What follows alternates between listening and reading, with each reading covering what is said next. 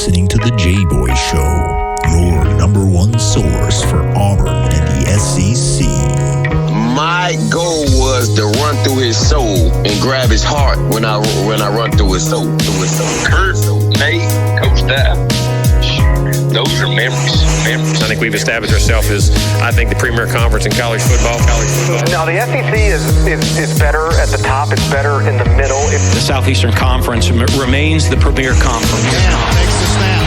Looking for the receiver. He's got Lutz and Kirkland. Touchdown, Auburn!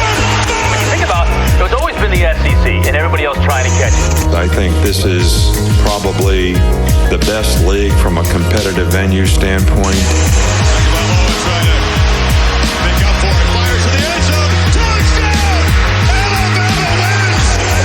Capable teams. You just look at those programs, the way they recruit, how they invest. Snap to Burrow. 3 steps.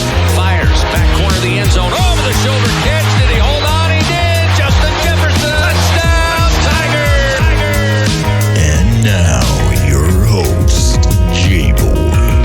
Hello, everybody, and welcome to another Wednesday edition. That's right. It's the Recruiting Roundup, and we're joined by one of the top dogs in the neighborhood. That's recruiting insider Phillip Dukes. He's Dukes the Scoop on Twitter. You know him.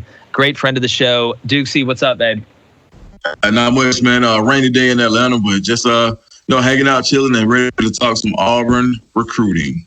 Definitely, man. And it's the first time that me and you have actually gone mic to mic, so we can go a little bit longer, get a little more into it, and I'm sure the people are going to enjoy that. But just want to start. Obviously, hold on. Oh, go ahead.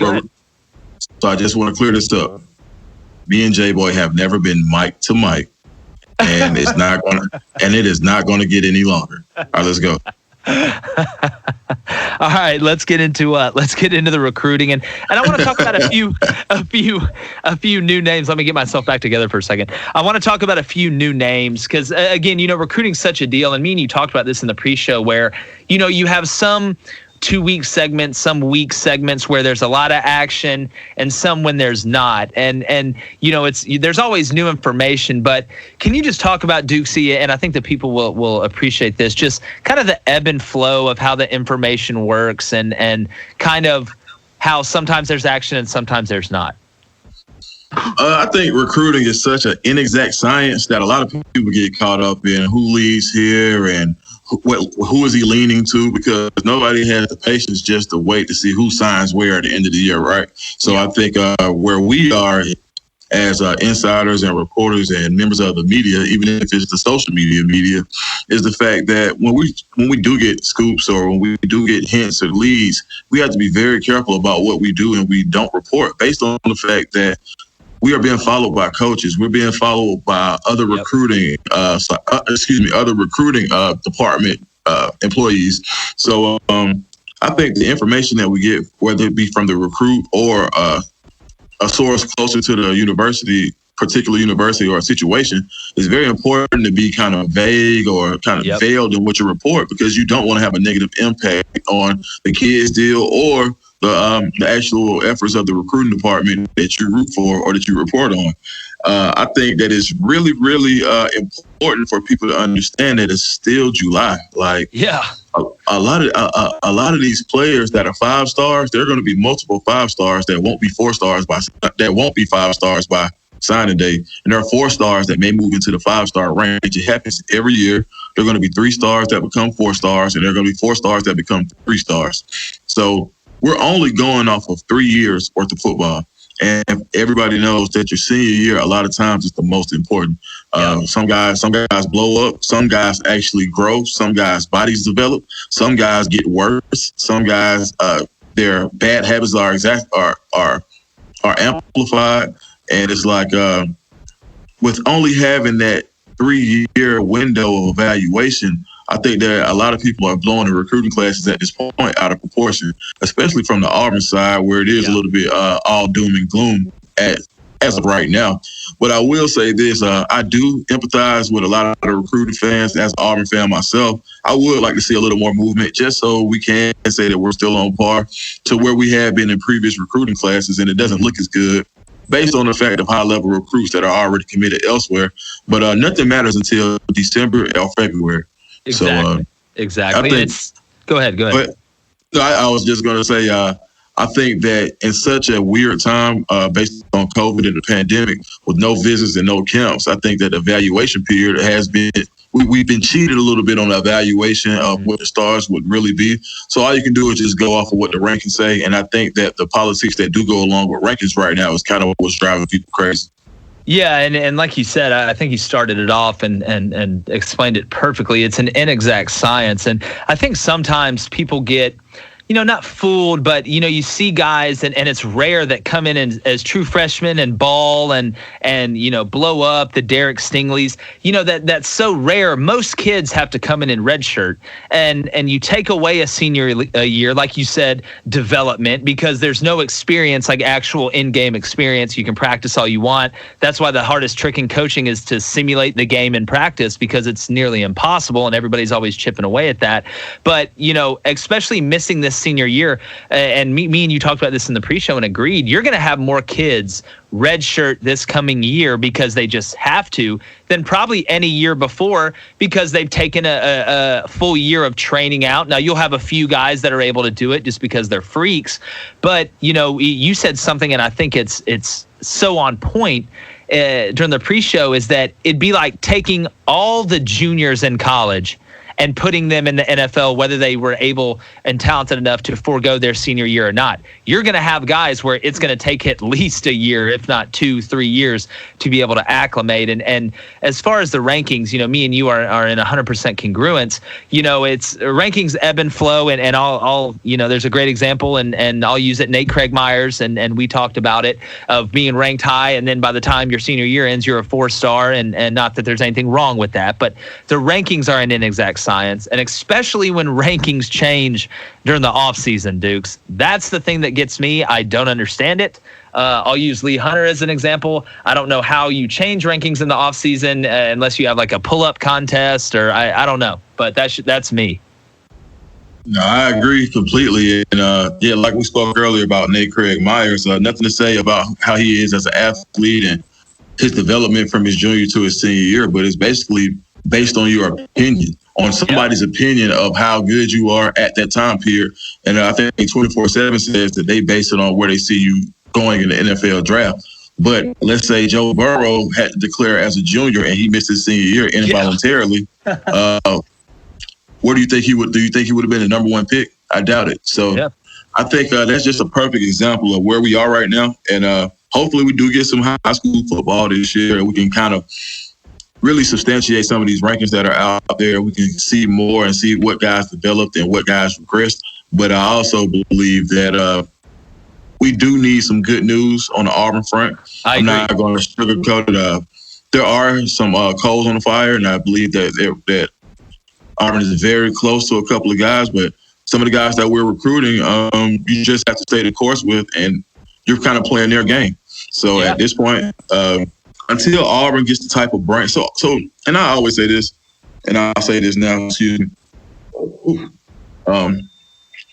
Auburn is going to have to do something with less in order to get more, if that makes sense.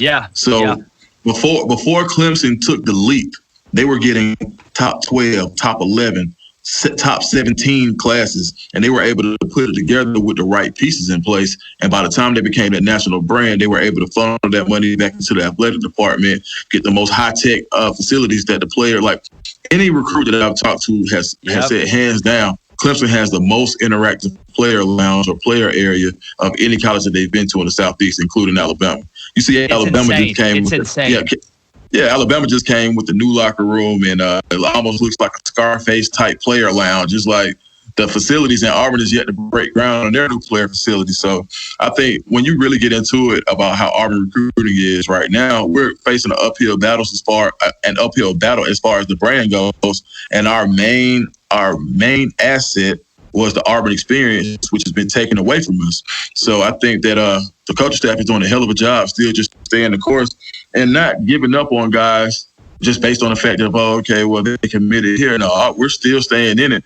And I just believe that good things are going to happen, because I just haven't seen Auburn have less than a top 11 ranked class in the past 6-7 years. Now, you have to produce with those classes, right? Exactly. Well, it's my statement.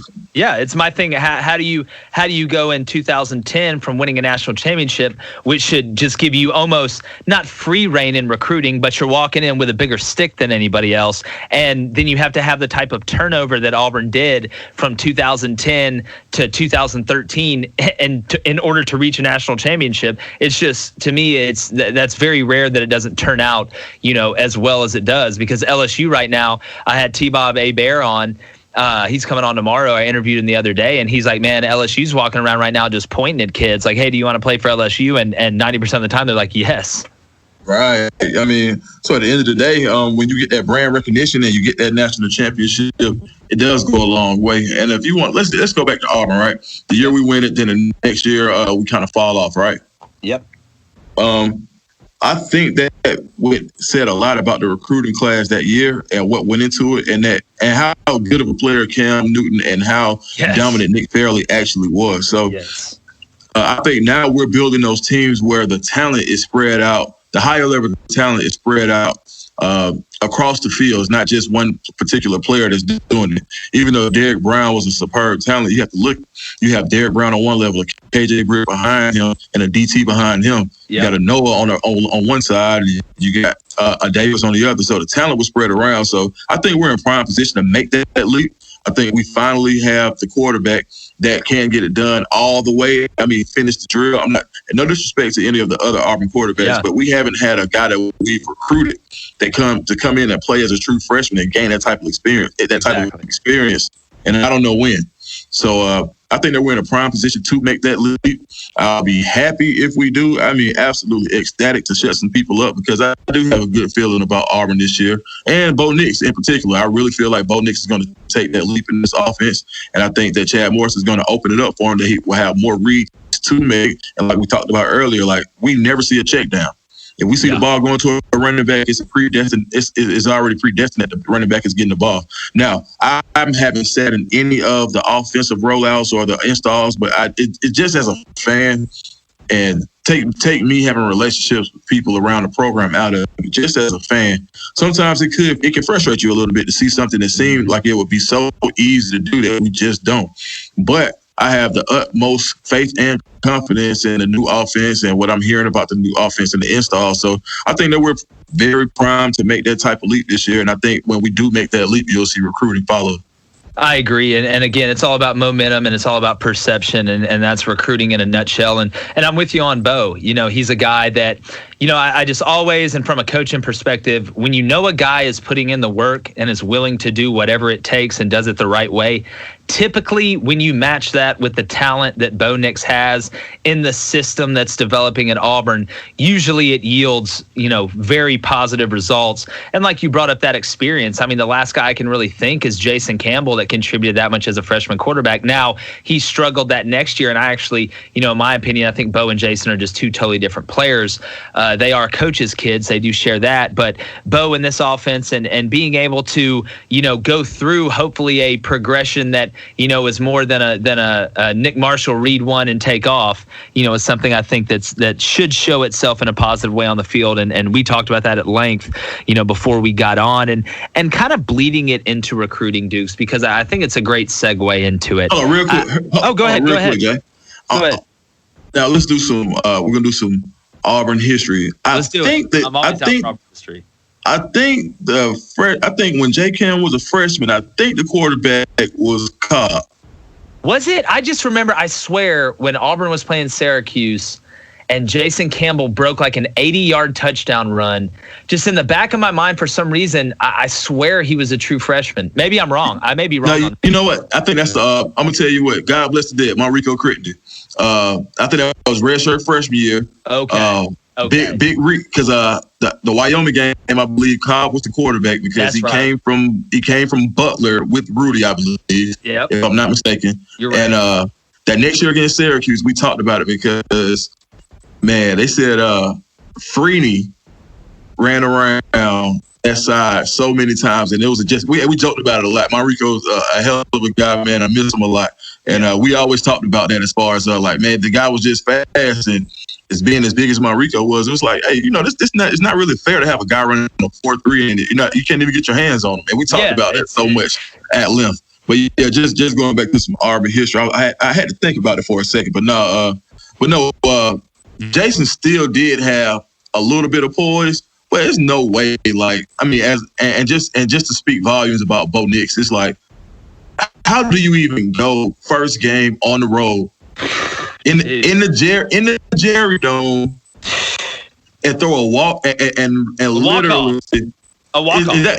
That's a walk off, ain't it? It's a walk, bro. It is this. I would say like the LSU catch against Gerard Powers. You know, it's a walk-off, man. The one against Oregon was a walk-off because the odds of you running that kickback. Now, I guess a 100% true walk-off would be as time expires, like a Hail Mary, I guess. But, I mean, if we're not splitting hairs, that was a walk-off, dog. It won the game. It won the game. Like, clutch. You can say what you want. It won the game. Clutch. Yeah. And he threw it, dog, early. He anticipated it.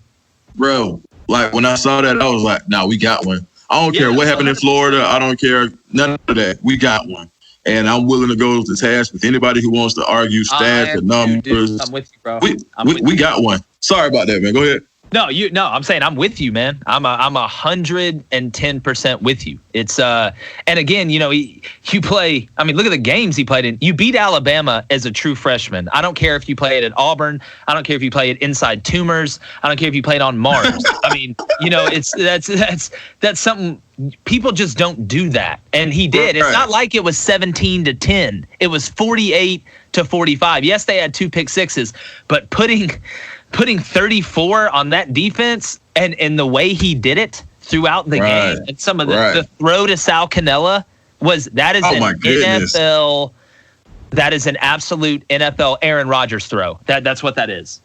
And I say this to anybody. Bo is a pro, and he's an early round pro. And as long as he continues to develop, you'll see him on Sundays for a long time. You will. We could talk about that for 11 hours because I think anybody, like I see these rankings of these quarterbacks in the league, but that's neither here nor there. We'll let the on the field stuff hopefully is coming soon. So if you're ready, man, I kind of want to go because there's a few new names, some interesting names that we were going to talk about today. And I want to start with a guy that you've mentioned before, and that's Diego Pounds, the offensive lineman. Can you kind of talk about Diego a little bit? And we've talked about Rod Orr, and we'll talk about him in a second, and just kind of what the situation is with that, I guess. Yeah, Diego Pounds is a kid out of North Carolina, 6'6", 300 pounds. A lot of people thought that he was going to be a Tennessee lean and that Auburn's kind of out of it, but Auburn really hasn't stopped. They've been included in his top 5. I think that his most impressive attribute would be his center of gravity being so tall and his ability to move his feet. I think that he has a good punch at the point of attack, but the way he moves his feet is what really stuck out to me. Yeah. And I think that, and he's big. I mean, he's a big kid. He's already 300, 305 solid right now. It is not a sloppy 305. A lot of times you see guys that hit that 300-pound threshold in high school, and he's a junior or an upcoming senior, and he already has that type of frame that you see is when he gets that college development program, the strength and conditioning, he's going to be a hoss. So he's a guy I'm really excited about. I don't feel like he's a backup plan. He's a guy that if he wanted to commit, he could commit today, and we'd be really excited about it. Definitely, and it's something too. You bring up feet, and in order to play tackle, you know, there's 300 pounds that can't move their feet and they got to play inside. But he's a guy that actually projects as a tackle, and it's rare to kind of match that size with the feet. And for rankings, Dukes, just for fun, you know, he's a 3-star right now, and he's a guy that I'm sure if he gets another year of tape is going to bump up.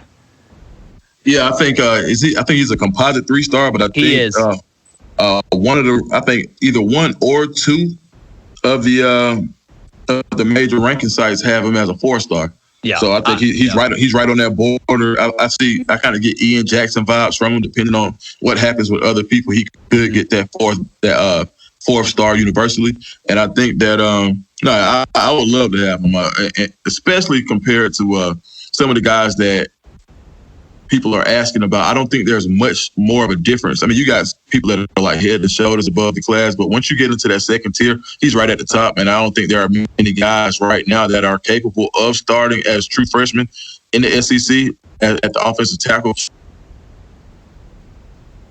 development. He could be in that conversation based off what I've seen on tape.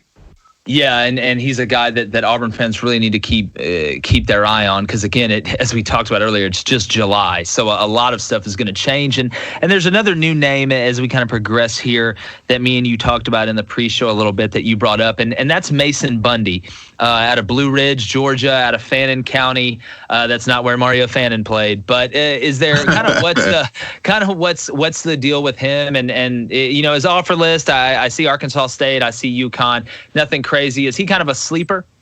Yeah, definitely a sleeper. I believe he's one of those type guys. When that first SEC offer comes in, there are a lot of people evaluating him. He's been talking to a lot of colleges in the SEC, from what I know. I think he's one of those guys that when that first offer comes in, then they're going to start to cascade in, kind of like DJ Williams was when I think Georgia was the first people to get a hold to him, and they kind of tried to hide him a little bit. And then when that offer came in, you saw another offer.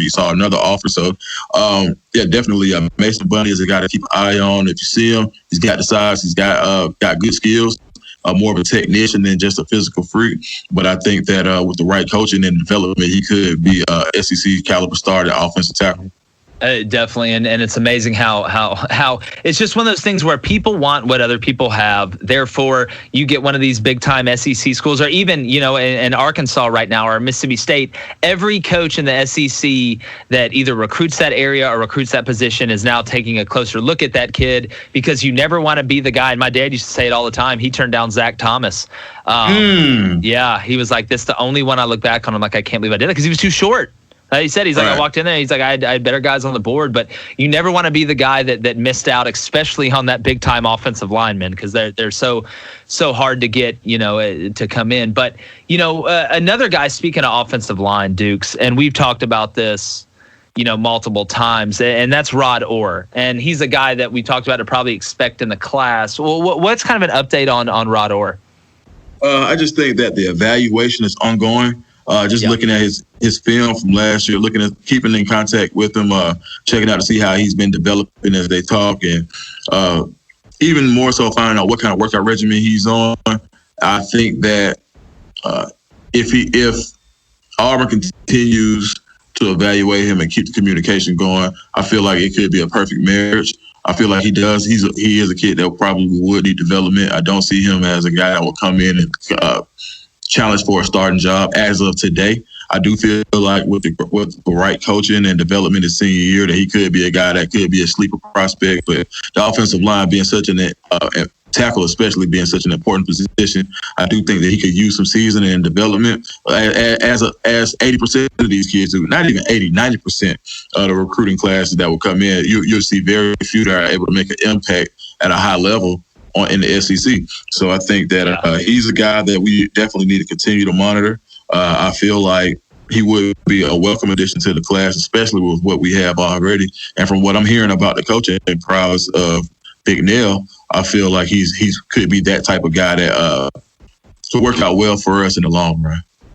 Yeah, I agree, and he's a kid kind of like Diego, that you get that senior tape, you look at his size, the evaluation's still ongoing, but I would say that Diego does have better feet, and Rod's a guy that I think they may move around. I don't know if he's a true 100% tackle without maybe 1 to 2 years of development. That'll be interesting to see. But another guy, kind of getting off the offensive line for a second, and he's committed to Oregon right now, and he's out of South Haven, Mississippi, and we're talking about composite 4-star, at least on 247, Isaiah Brevard. Is there any movement there? Is he a guy that now, Auburn, with Adonai going to Georgia, we've talked about that situation. With Leary going to Alabama, we've talked about that situation. They did just offer Rock Taylor, but is Isaiah Brevard a guy that you see Auburn making a push for? Definitely. They never stopped recruiting him. Even after he committed, it kind of sent a few shockwaves that he would be willing to cross so many states to go play football. But no, he definitely is a guy that we never stop recruiting. I think the lure of the location of being closer to home is something that Auburn can continue to play on as far as his recruiting effort. And one of the things that he's been on record as saying is they never stop recruiting me. So I think as we get caught up in like the buzzworthy candidates of who says this and who leaked this information and who leads and all of that, Auburn still has to recruit. They have a job to do. They're not on message boards all day. They're not on Twitter all day. they're not just looking at what Dukes is scoop or somebody else says that we leave for, or information that a kid puts out. They're looking at their board. They're looking at who's picking up the phone, and he's one of the guys that has definitely still been in communication. So I think it's something to monitor, as I always say, and he's somebody that we are genuinely recruiting. Yeah, and it's hard. Just speaking from personal experience, I recruited the state for basically 9 years. It's hard to get a kid to leave Mississippi. It's very hard, and you're right. When he committed to Oregon, I want to know the last time that Oregon got a player out of Mississippi. I bet it's been a while. I really haven't kind of seen that connection. I wonder if there's some sort of outside connection to him, or maybe a coach there that's currently on the staff at Oregon, or maybe Cristobal is seeing the light and again saying, y'all go get the skill players from the South. I'll get the offensive linemen. So. But he's a guy that again, Auburn, looking for receivers. That there's going to be a lot of turnover this next season. There's some young guys. We've talked about Kobe Hudson that we think can do some things. But another guy, and we talked about him, and we've talked about him a couple shows ago, and that's Kendrick Breedlove, the athlete out of Pearl Con in Nashville. He's a composite 3-star, 5'10 and a half, 165. He's a guy that I know Auburn's been recruiting. I mean, he's committed to Ole Miss right now. What do you kind of see with that? So there's a rumor going out that Breedlove has ran a 4.3, and I think that's got everybody looking at him. It's not just Auburn. I'd be surprised if he sticks with Ole Miss, because the level of attention that he's getting now is kind of went crazy. Auburn is in on him. They love his tape. I mean, if you go look at his tape, it's fun to watch. He's a little light, but it looks like he's moving at a different speed. Yeah. He's got good hands. Of course, he is a little bit on the smaller side. I kind of compare him to like a Javaris Davis, that if he does, when you have that type of speed, when you do pull up and hit a guy, they're going to feel it regardless. Yeah, so, it's science. He's a true football player. I think that it's not the type of deal where it's like, okay, well, we feel like we're striking out on guys, so we're going to go back and recruit this guy. No, not at all. I think they always were in it, and they haven't stopped communication. And Pearl Con always produces athletes. I mean, that's in Nashville. They're one of the premier football teams. So definitely, I think that's where Big John Henderson went back in the day. Yep. So definitely a guy that I would love to have in this class.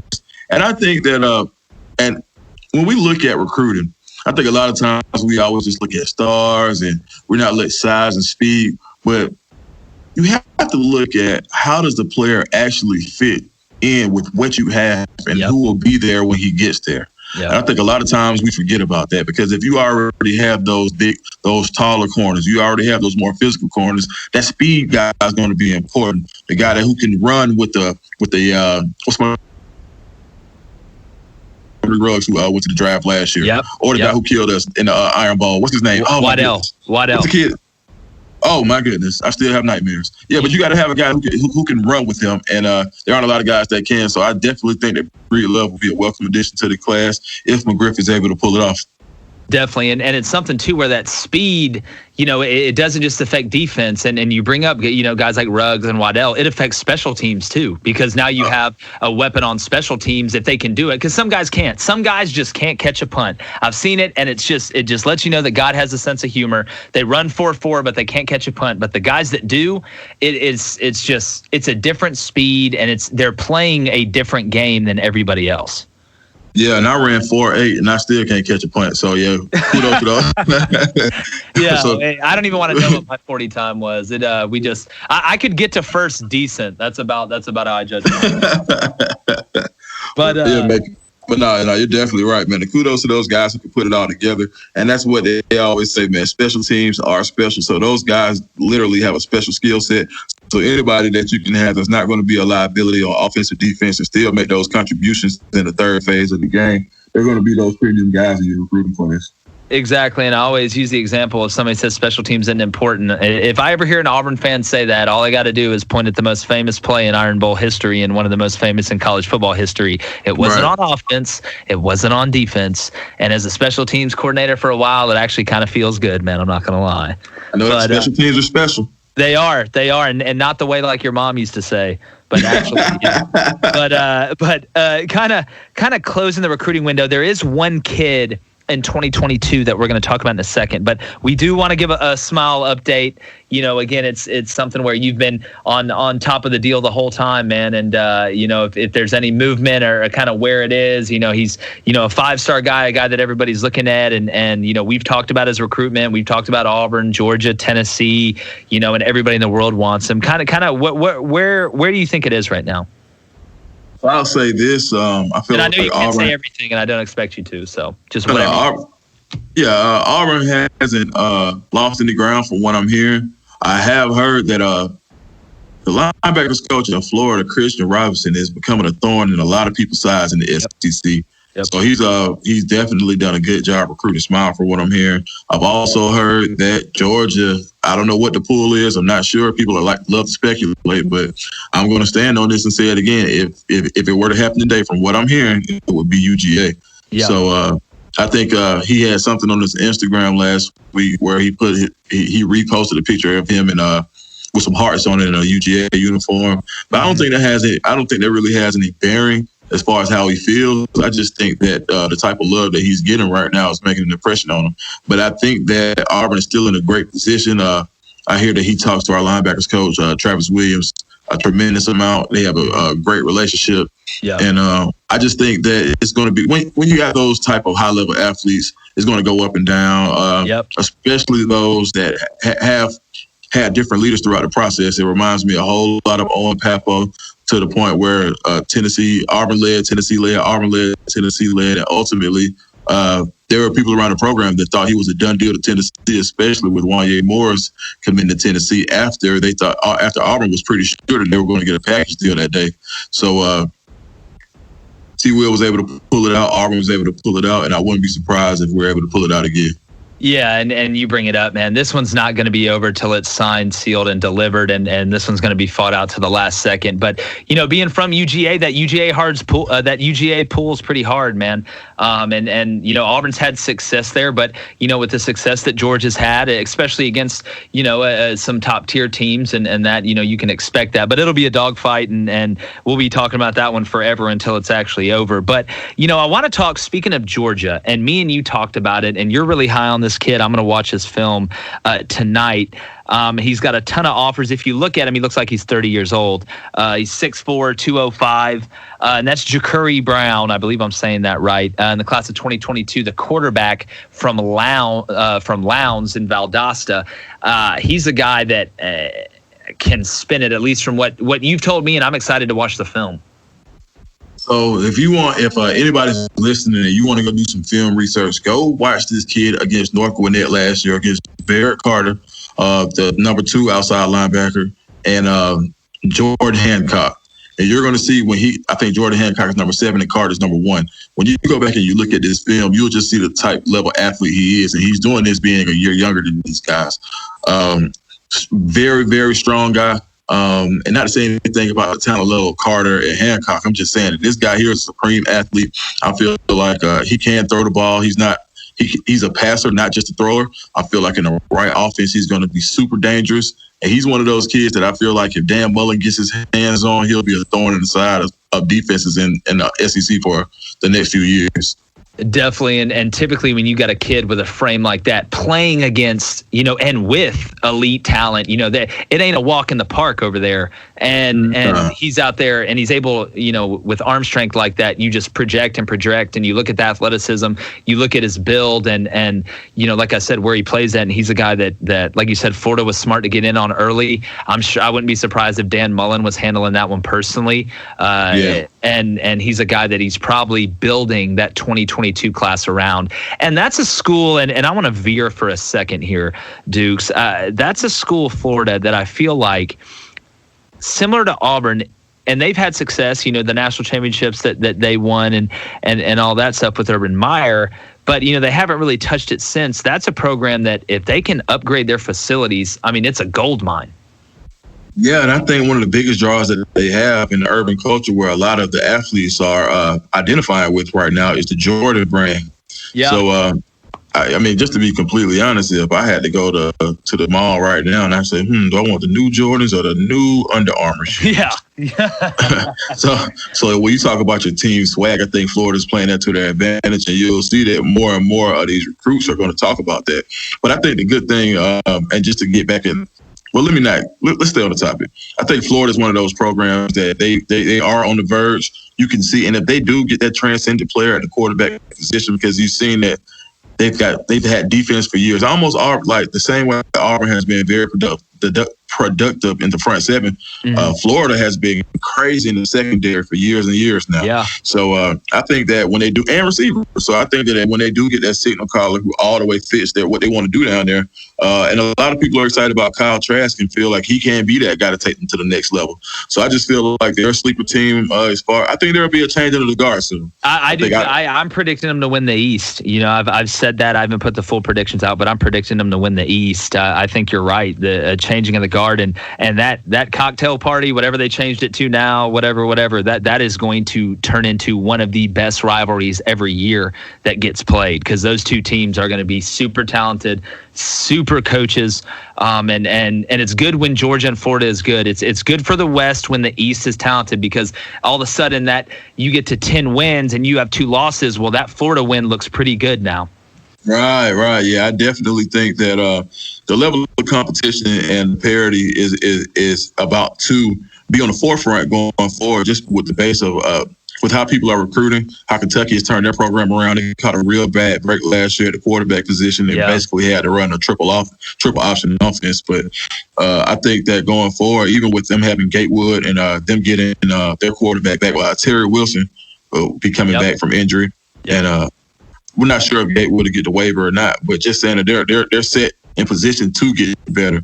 I think Derek Mason, he hasn't been able to recruit at the level that what's my guy from Pitt, James Franklin was at Vanderbilt. But Vanderbilt isn't the same bottom dwellers that they were 20 years ago. No, and they fight. Those kids fight on defense too, man. God, they fight you. Yeah, so the SEC as a whole is just getting better. You see some of those high-level coaches coming, the more high-profile guys in Mississippi. So the Egg Bowl is going to look a whole lot different than it has in the past few years. So I just think that Florida is, like you said, one of the teams primed to make a jump. And my prediction is over the next decade, I can see Auburn and Florida being those perennial teams from the East and the West, or West and the East, respectively, that we will start to see more and more in Atlanta. Definitely, and that's, the Auburn-Florida rivalry is actually a pretty good one. I mean, you think about, the games when they came in, Tim Tebow never beat Auburn. That's something that people did. Him or Johnny Manziel never beat Auburn. So, it's kind of crazy, those games. You think about, the block punt and Trey Smith flipping in the end zone, and you think about Wes Byram having to kick the field goal twice to win down there in the swamp when nobody gave him a chance. I think that's when either Lee Holtz or Lee Corso or somebody, made a joke that, they couldn't win with 80 players on the field playing against Florida, and they go down and beat them. Right, definitely, man. Yeah, and I'm excited for the future of the SEC, man. It's right now it looks so dreary right now in the pandemic, but no, I'm just excited, man. Georgia high school football said they'll play yesterday, I believe. Terrion Arnold texted me. He put it out on Twitter too. Hit me and said they were told they're going to have their season down there in Florida. Good. So yeah, man. We want everybody to be safe, and we want to continue to wear our masks so the football players can wear theirs in the fall. So if that's not to be political or No. Listen, if you give me the choice that if I have to wear a mask and I get football, just the football guy in me is going to wear the mask. To be honest with you, I'd probably do give up a lot more to have football season. So I don't think that's political. I just think if you love football and that gives us the best chance to have it, then why would you not do that regardless of either way? But I actually think that's a good point. Amen, brother Jake. Definitely. And so I want to talk about some stuff, really, we've talked about Scooby, y'all know the deal on that. We've talked about Kool-Aid. Those things are kind of, stagnant where they're at, and we'll update that later. But I want to get into some analysis, because me and you, man, had some great talks on the pre-show that the people need to hear, because, you want recruiting information, but it's good to know what's going on with the team that's actually going to be on the field this year. And I want to talk first a little position group talk a coach's corner, if you may, Dukes, if you will so embolden me. But I want to talk about the receiver position. And I want to let you just talk about kind of where you think Auburn is right now on the team and some guys that you think may contribute more than what people think right now. Right now, I think the freshman wide receiver group has been probably the most impressive of the position groups that came in last year's class. Yeah. And the name that I didn't hear was Kobe Hudson, which says a lot because a lot of people they've been ranting and raving about Kobe. Me too. I've been one of them. I'll tell you. Yeah. So the fact that the guy that I heard the most about last week was Elijah Kenyon. I think that's his name. Yep. Out of Chaminade. Oh, they said the guy's a freak. Yeah, they say he's a freak, man. So I think that the way he moves is something that was spoken about at length. And also Xavion Capers, that big body kid out of Denmark, played with Aaron McLaughlin, the former Auburn commit. His size, they're saying he may be built like a string bean, but literally he has long arms, and there's nobody that can half-point the ball on the team right now like him outside of maybe a Seth Williams. So definitely something to be excited about, the length of the receivers and the speed. And also just the ability to move, how fluid they are is a lot that I've been hearing. It's something that I've been hearing a lot about the freshman class that's coming in. So definitely something to be excited about. I think that's one of the things where I have been seeing some things about as far as Auburn wide receiver recruiting in this class. And I think that even though there will be some attrition, we did see Zach Farrar was one of the guys, Farrar, I don't know how you say it, but I think it's Farrar. I want to say it's Farrar, but don't quote me on that. Yeah, so Zach Farrar was transferring out, and I think part of that would be about the class that we have coming in, and some of these guys will have the ability to play this year. So I'm really excited about that, and I think that Cody and the area recruiters did a great job last year bringing in a great class. Then we'll just stay the course and make sure and hope that we can get the same type of level talent to come in this year, whether it be one or two guys.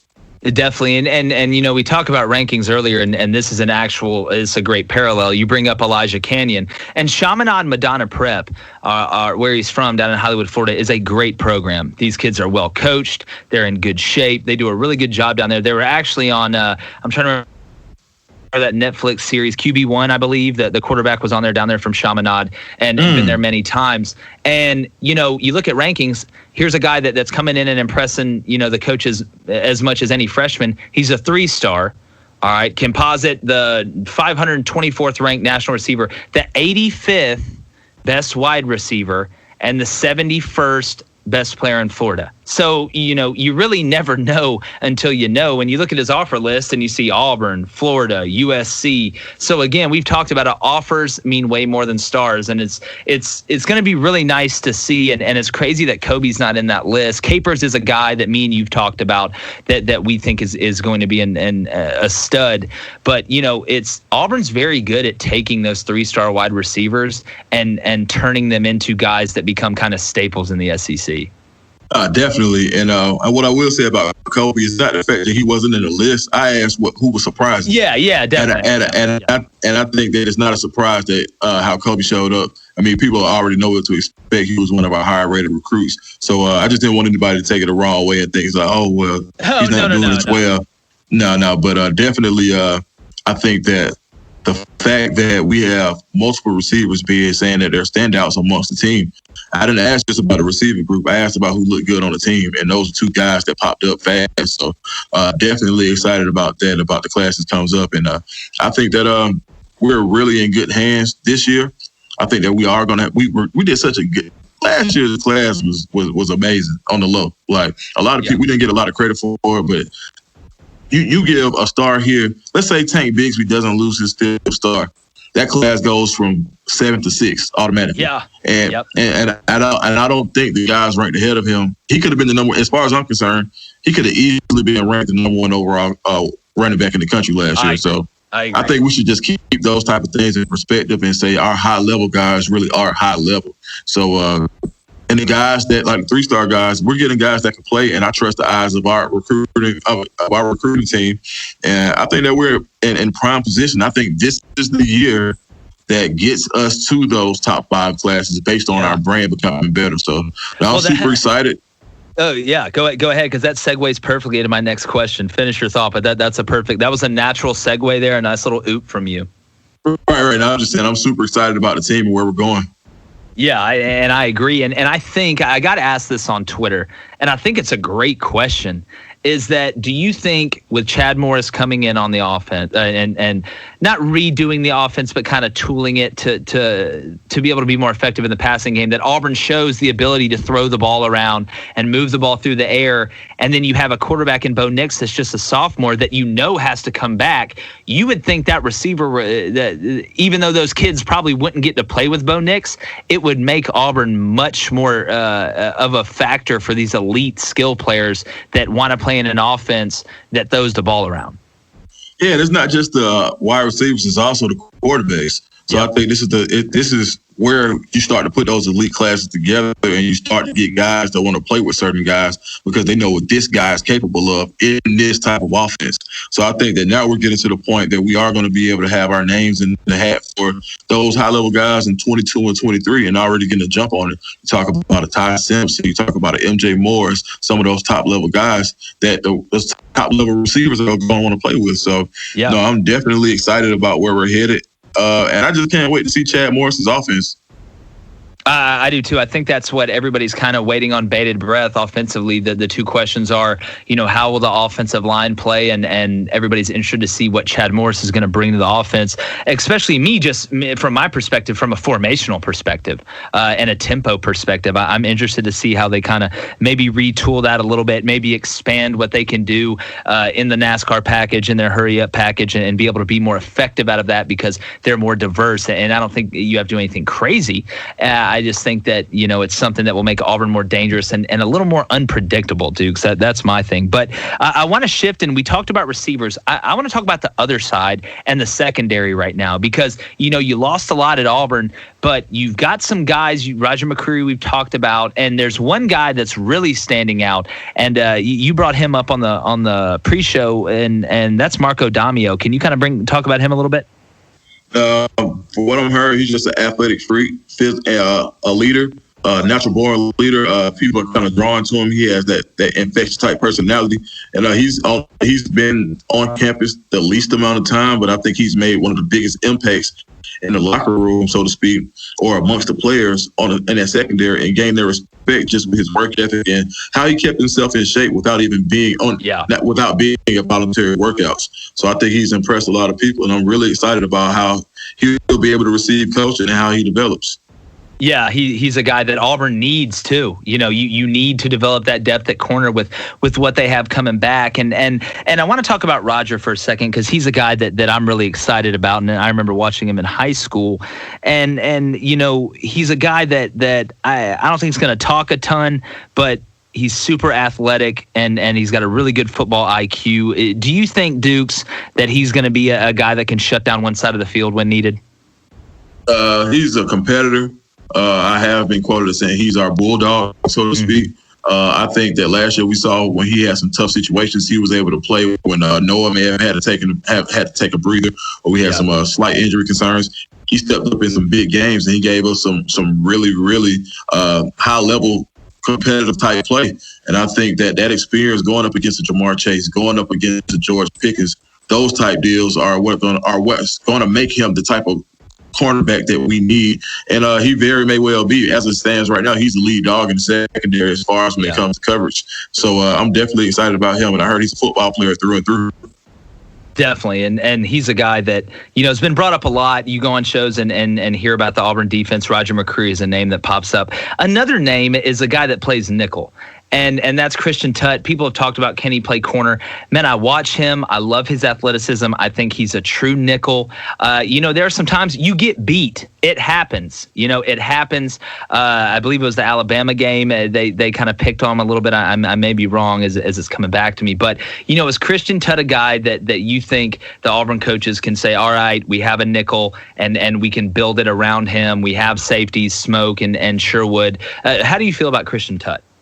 I think he has the versatility to play a multitude of positions. He was a cornerback coming out of high school. Mm-hmm. I think that even with what he provides in special teams, he's just one of those team leaders. He doesn't miss many tackles, He did have a couple of blown coverages, and I wouldn't even say a blown coverage, but I would just say he did get beat. But when you're playing man to man, it's going to happen sometimes. I mean, you can't. I mean, like it happens as a part of the game. But what I like about him is he doesn't let one play defeat him for the rest of the game. Yeah. He's a true competitor. He has that dog mentality. I think that depth behind him could be provided by Ladarius Tennyson. I think from watching his high school tape that that's somebody who could spell him and give him some meaningful rest snaps.